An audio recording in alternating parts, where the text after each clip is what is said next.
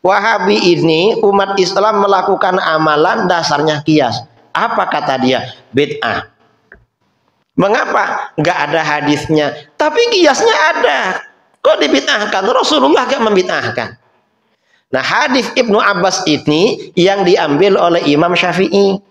Dalam mazhab Syafi'i, orang berjamaah laki-laki ya, berjamaah laki-laki, walaupun hanya berdua, makmum sedikit di belakang imam, membelakangi imam, artinya agak lurus.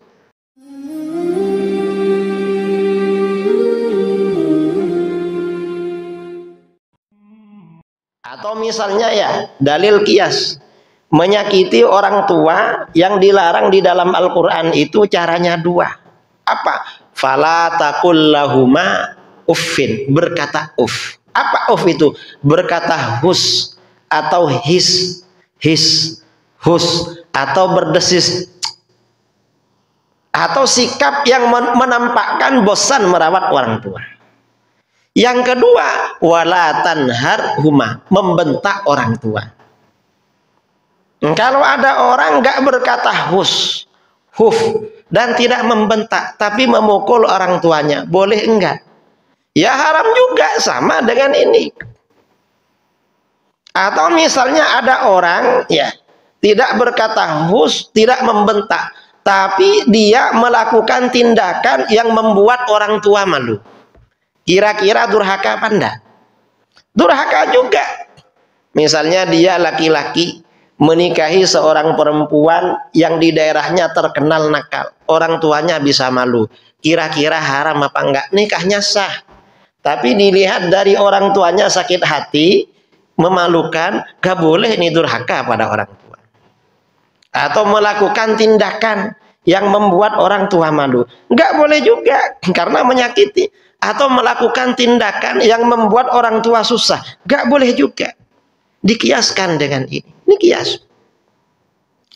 Begitu dasar kias kita sampaikan pada kelompok sebelah yang anti kias. Akhirnya bagaimana? Mereka mundur sedikit, ngalah sedikit. Apa kata mereka? Oh, kalau begitu kias gak apa-apa. Lah terus, cuma gak boleh dalam urusan ibadah. Mereka bikin statement la qiyasa fil ibadat. Gak ada dalil qiyas kalau urusan ibadah. Dan kita ini yang banyak perbedaan dengan mereka masalah ibadah-ibadah yang dasarnya anggapan mereka dari qiyas. Gak ada qiyas dalam ibadah. Mengapa gak ada? Karena bid'ah. Jawaban kita, kalau mereka bilang gak ada qiyas dalam ibadah, itu fatal. Mengapa fatal? Karena kias-kias yang dicontohkan oleh Rasulullah SAW, berbagai kias yang dicontohkan dan diriwayatkan dalam hadis-hadis sahih, rata-rata kasusnya soal ibadah. Kalau dibilang nggak ada kias dalam ibadah, ini aneh justru. Mengapa? Yang dicontohkan Rasulullah itu kias kebanyakan masalah ibadah. Contohnya bagaimana? Hadis riwayat Imam Bukhari dari Ibnu Abbas. Seorang perempuan datang kepada Rasulullah SAW. Lalu perempuan itu bertanya, ya Rasulullah, inna ummi matat wa alaiha shaumu syahrin. Afa asumu anha? Hai Rasulullah, ibu saya ini meninggal, punya hutang puasa 1 bulan. Apa saya puasa untuk beliau? Apa saya ganti puasanya ibu saya? Apa jawaban Rasulullah? Rasulullah jawabannya pakai kias. Beliau bertanya pada perempuan itu, Aro'aiti law kana ala ummiki dainun akunti taqdinahu anha. Menurut kamu, seandainya ibu kamu punya hutang sama orang, misalnya punya hutang uang, punya hutang beras, apa kamu lunasi? Pertanyaannya hutang puasa, ibadah. Rasulullah jawabannya mendidik kias. Seandainya punya hutang uang, bukan ibadah. Ternyata kata perempuan itu, na'am ya Rasulullah, iya saya lunasi. Rasulullah bersabda, fadainullah ahaqqu ayyuqda. Hutang pada Allah lebih berhak dilunasi. Nah, ini artinya apa? Ini kias dalam ibadah. Jadi hutang puasa dikiaskan dengan hutang uang atau barang.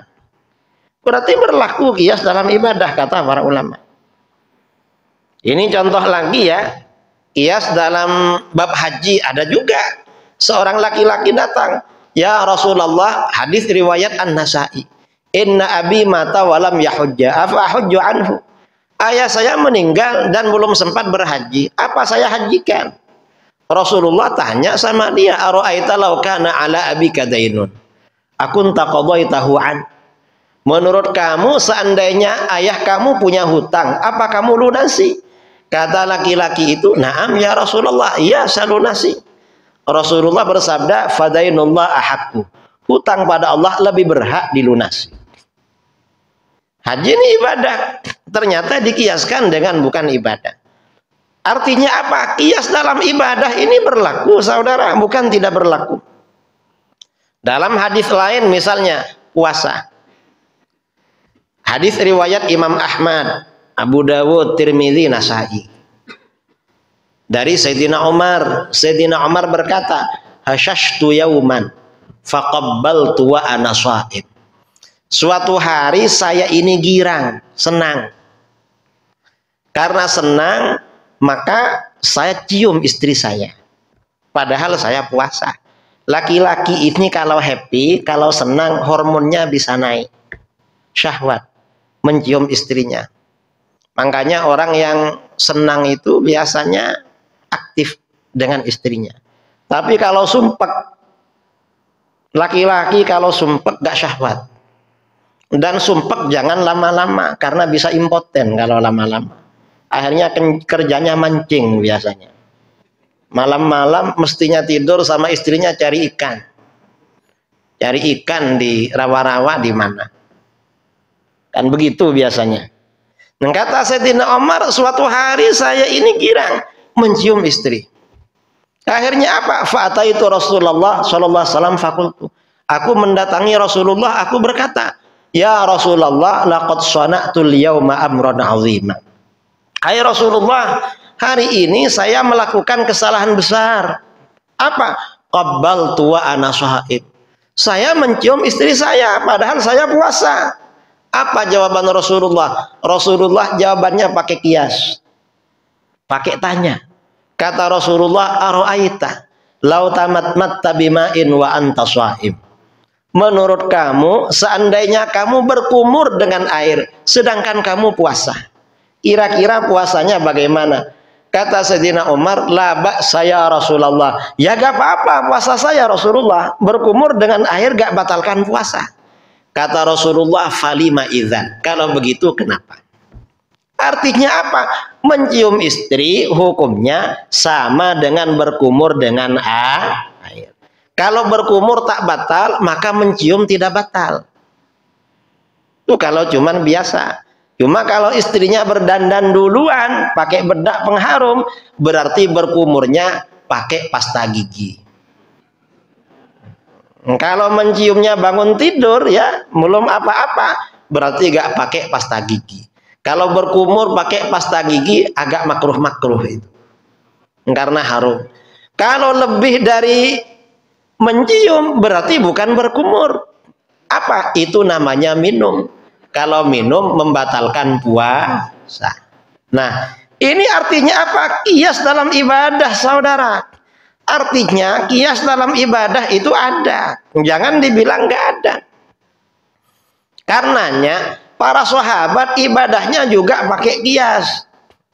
Ini banyak contohnya.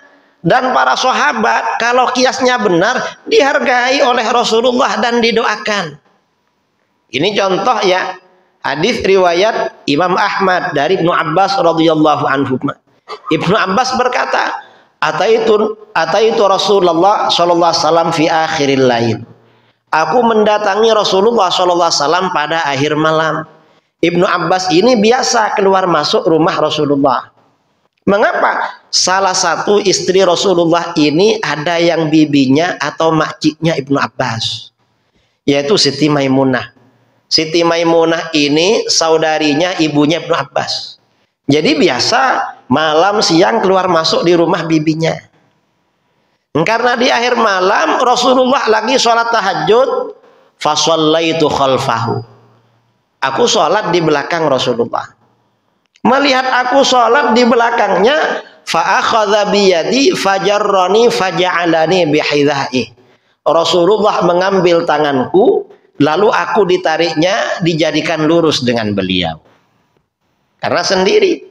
Falamma akbala Rasulullah sallallahu alaihi wasallam ala sholati khanistu. Begitu Rasulullah fokus pada sholatnya, sudah khusyuk, sudah takbir, aku mundur lagi. Jadi oleh Rasulullah diluruskan, setelah Rasulullah khusyuk sholatnya malah mundur. Falamman sorofa, ketika Rasulullah selesai sholat, qalali, Rasulullah tanya kepadaku, ya Ibn Abbas, masya'nuk ja'altuka hidha'i fatahnas. Ibnu Abbas, kamu ada apa? Kamu tadi aku luruskan, lalu kenapa mundur lagi? Artinya apa? Rasulullah gak langsung membid'ahkan saudara. Walaupun Ibnu Abbas ini oleh Rasulullah diluruskan, kan sunnah, lalu mundur. Rasulullah gak langsung, Ibnu Abbas, kamu bid'ah loh. Wong tadi aku luruskan, aku ini Nabi, yang aku kerjakan sunnah, kamu mundur berarti bid'ah. Gak begitu. Tapi bagaimana? Rasulullah tanya, kenapa mundur? Apa alasannya? Ternyata Ibnu Abbas jawabannya pakai qiyas. Apa kata beliau? Ya Rasulullah, awayam bagi li ahadin ayyusalliya bihidha'ik wa anta Rasulullah alladhi a'taqallah. Hai Rasulullah, apakah pantas bagi seseorang mengerjakan sholat lurus dengan sampean? Sampean ini kan Rasulullah yang diberikan derajat yang luhur oleh Allah. Artinya apa? Rasulullah ini derajatnya di depan kami, kami di belakangnya. Maka sholat pun kami jangan lurus lah, gak pantas, wong levelnya agak sama, kami membelakangi sedikit. Ini artinya kias. Posisi dalam sholat dikiaskan dengan posisi derajatnya di hadapan Allah. Ini kan kias namanya. Ternyata bagaimana? Fa'ajabahu, jawabanku membuat Rasulullah kagum, bukan malah membid'ahkan. Artinya dihargai oleh Rasulullah. Selain dihargai, dapat bonus dari Rasulullah. Apa bonusnya? Wada'allaha li ayyazidani ilman wa fikhan.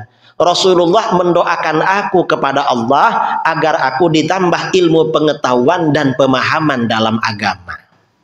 Nah, artinya apa? Berdasarkan hadis ini, orang yang melakukan amalan berdasarkan kias, kiasnya benar, pertama harus dihargai, kedua didoakan oleh Rasulullah. Beda dengan Wahabi. Wahabi ini umat Islam melakukan amalan dasarnya kias. Apa kata dia? Bid'ah. Mengapa? Gak ada hadisnya, tapi kiasnya ada. Kok dibid'ahkan? Rasulullah gak membid'ahkan. Nah, hadis Ibnu Abbas ini yang diambil oleh Imam Syafi'i. Dalam mazhab Syafi'i, orang berjamaah laki-laki ya, berjamaah laki-laki, walaupun hanya berdua, makmum sedikit di belakang imam, membelakangi imam, artinya agak lurus. Mengapa? Menjaga adab pada imam. Ikut mazhabnya Ibnu Abbas. Kalau Wahabi biasanya lurus kalau berdua. Kalau kita Syafi'i mundur sedikit. Mengapa? Menjaga adab, ini dasarnya. Dan kalau mundur dan kalau lurus saudara, menurut mazhab Syafi'i, sewaktu-waktu bisa batal. Karena di dalam mazhab Syafi'i, makmum itu gak boleh posisinya lebih maju dari imam. Kok bisa lebih maju? Ada jamaah, imam dan makmumnya berdua aja. Imamnya orangnya pendek, sementara makmumnya tinggi. Lalu posisinya tumitnya lurus. Akhirnya apa? Waktu rukuk dan sujud, kira-kira yang maju ke depan yang siapa itu? Makmumnya. Dalam posisi ini makmumnya batal sholatnya karena lebih maju daripada imam.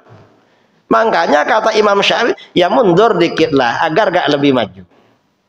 Kalau Rasulullah dijaga oleh Allah, Rasulullah itu berdiri dengan siapapun kelihatan lebih tinggi. Jadi gak lebih mundur dari siapapun. Ini bedanya. Ini artinya apa? Ini artinya kias dalam ibadah.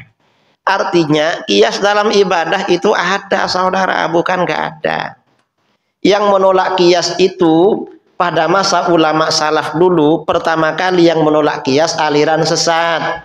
Siapa? Kelompok Nazamiyah dari Mu'tazilah, yang dipimpin oleh seorang ulama Mu'tazilah yang fasik, yang bernama Ibrahim bin Sayyar An-Nazam. Itu yang pertama kali menolak kias. Lalu sebagian orang Syiah. Karenanya kalau ada orang anti kias berarti gabung sama yang sesat-sesat itu.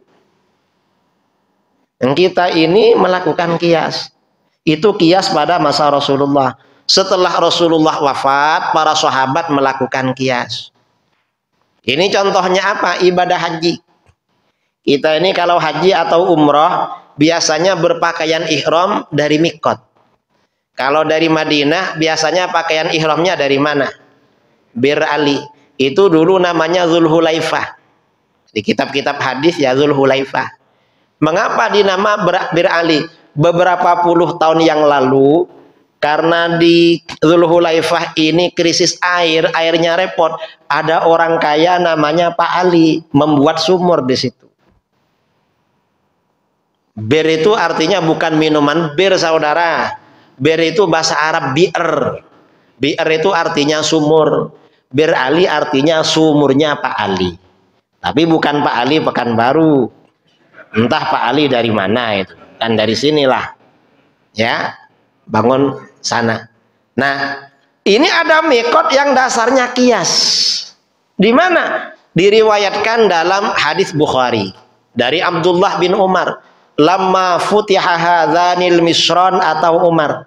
Ketika dua kota di Irak, Basrah dan Kufah itu dibuka, ditaklukkan pada masa Umar, orang Islam banyak tinggal di sana, maka orang Islam dari Irak datang pada Sayyidina Umar.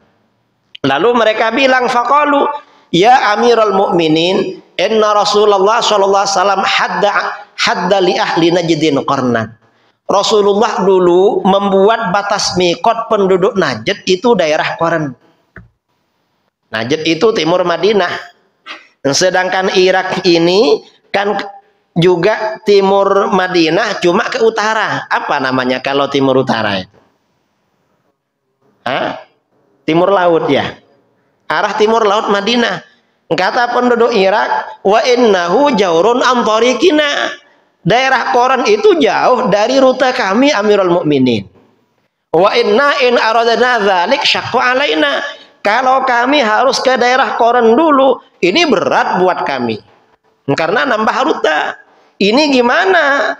Ihram kami bagaimana? Lalu kata Sayyidina Umar, fanzuru hadwahu min tariqikum.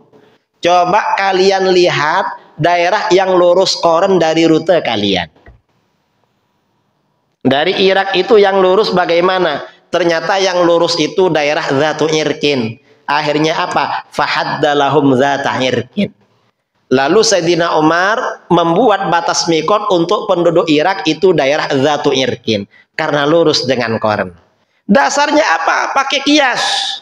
Mengapa kias? Karena dalam hadis riwayat Imam Ahmad, Abdullah bin Umar berkata, wa qasan nasu dzata irkin ala Qarn. Orang-orang mengkiaskan daerah Dzatu Irkin dengan Qarnul Manazil, dengan Qarn. Artinya apa?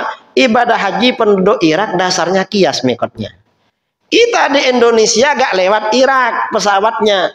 Kadang mendarat di Madinah, kadang mendarat di mana? Di Jeddah. Jeddah itu bukan mikot dulu, saudara. Karena ada pesawat dulu. Cuman kata Imam Ibnu Hajar Al-Haytami, karena lama-kelamaan Jeddah ini memang menjadi rute perjalanan. Kata Imam Ibnu Hajar dalam kitabnya Tuhfatul Muhtaj dan lain-lain, cuma beliau mentaklek ya, menggantungkan. Kalau Jeddah ini jaraknya sama dengan Qarn, berarti bisa menjadi mikot. Ternyata kata murid-murid beliau seperti Ali Syabro Malisi, Ibnu Qasim Abbadi, Abdul Hamid Syarwani, ternyata setelah diukur Jeddah ini lebih pendek jaraknya dari Qarn ke Mekah daripada dari Jeddah. Makanya untuk berhati-hati mikotnya jangan dari Jeddah. Biasanya 15 menit sebelum mendarat dari situ. Tapi biasanya dari Jeddah orang-orang itu. Padahal kurang ternyata ukurannya.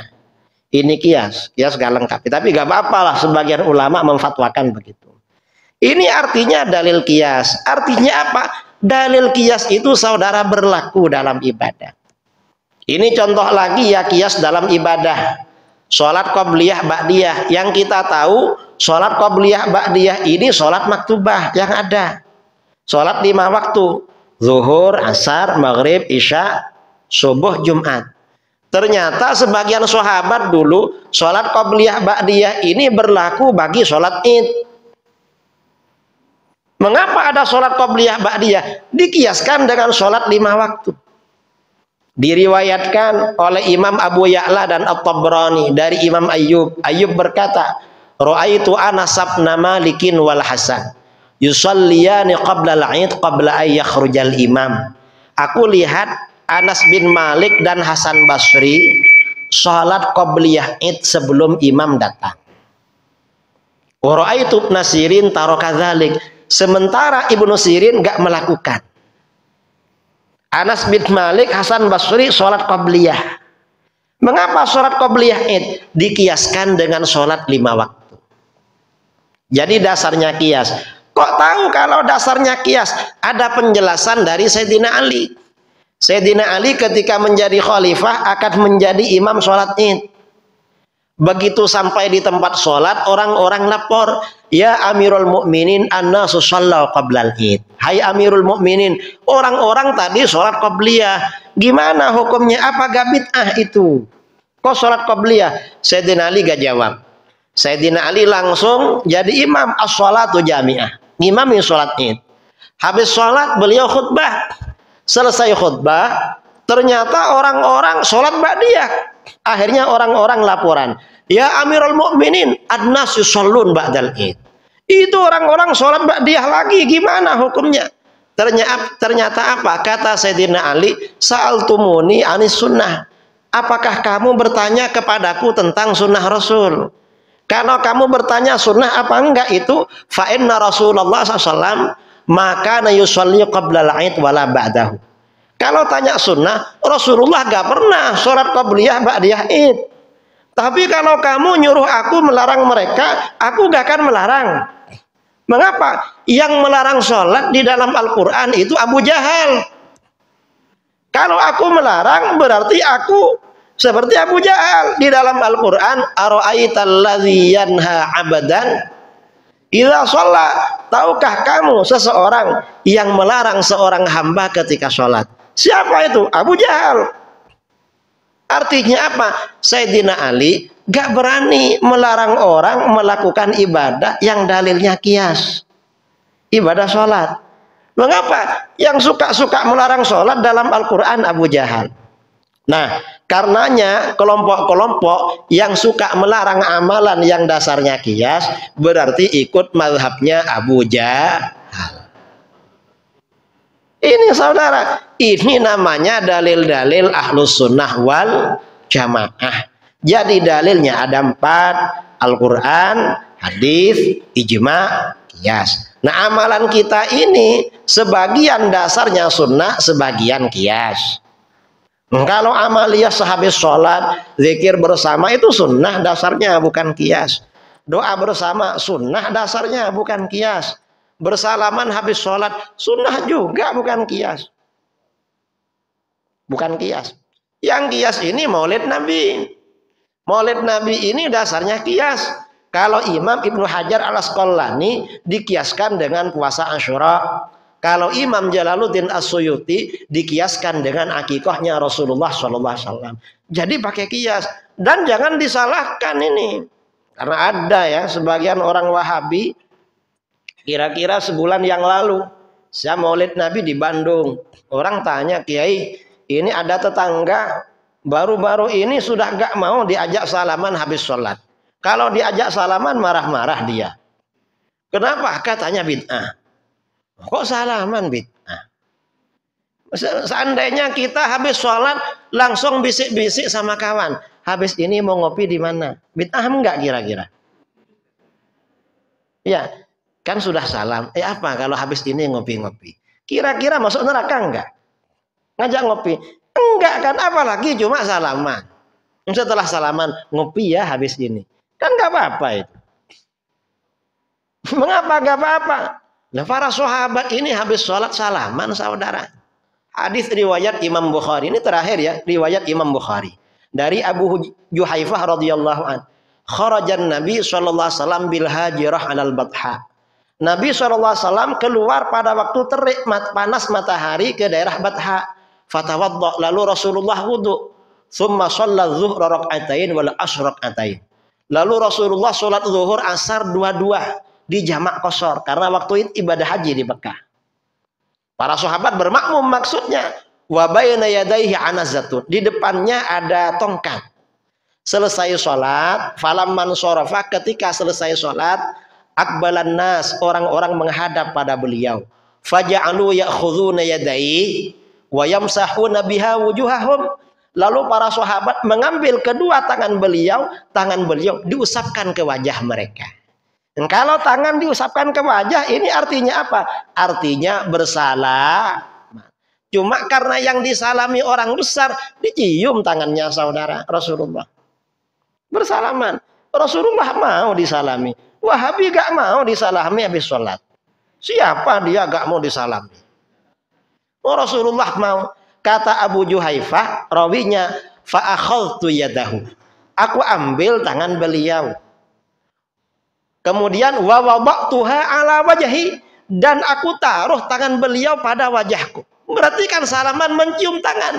Fa'idzan hiya, ternyata tangan beliau abradu minas salji, lebih sejuk daripada salju, daripada es. Wa atyabu raihatan minal miski, dan lebih harum aromanya daripada parfum kasturi. Artinya apa? Kata para ulama, salaman habis sholat gak apa-apa. Wong Rasulullah diajak salaman gak bilang jangan salaman, bid'ah salaman habis sholat. Gak ada bilang begitu. Ada Wahabi bilang salaman habis sholat bid'ah. Ikut siapa dia? Hah? Abu Jahal gak sholat memang, jadi gak salaman habis sholat. Karenanya kita ini biasa lah, cuma diajak salaman jual mahal. Kemudian lagi, ini ya Wahabi. Wahabi ini kalau berjamaah di masjid, lalu zikir bersama turun duluan. Dan ini melanggar sunnah. Mengapa? Kata para ulama, jamaah itu yang sunnah turunnya ketika imam mau turun atau menunggu setelah imam. Mengapa? Para sahabat itu bubar setelah Rasulullah bubar.